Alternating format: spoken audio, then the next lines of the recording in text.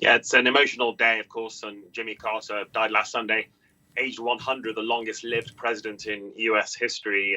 This morning, the motorcade set off from a medical center where he'd been kept, and that involved some current and former Secret Service agents who worked with him. It went through his hometown of Plains, Georgia, where he lived for so many decades. There were many people lining the streets, waving flags, holding signs, shouting things like "Thank you, Jimmy," and "We love you, Jimmy." The motorcade stopped at the farm just near Plains, where Jimmy Carter grew up, tending potato crops for his father, raising chickens. He had a very humble childhood without running water or electricity.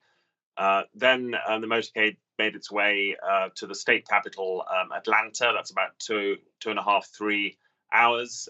It stopped at the state capitol building itself. And now, as you mentioned, reaching the Carter Presidential Center, where there'll be a private service, and Jimmy Carter will lie in repose. I'm sure many people will go to pass his casket. He'll be there until Tuesday when he goes to Washington, D.C. He'll lie in the state capitol there, and then on to the Washington National Cathedral for a funeral service on Thursday, with every living president expected to attend, including President-elect Donald Trump, and the eulogy to be delivered by Joe Biden. And then later on Thursday, Carter returns to Georgia, and he'll be buried just at the grounds of his home there, next to his wife of 77 years, Rosalynn. Now, it's hard to, overstate the importance of Jimmy Carter to Georgia, isn't it? I mean, he leaves behind quite a legacy for the state and also, obviously, for the country as well.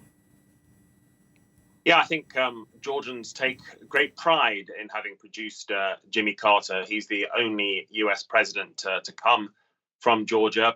Previously, he was the governor of that state, and when he was inaugurated, he gave a speech in which he declared the time for racial discrimination is over. That certainly took some people in Georgia by surprise, given its history in the Deep South, long history of segregation and so on. I think he was viewed as a pretty successful governor. Of course, that was a springboard for him to go on and become president.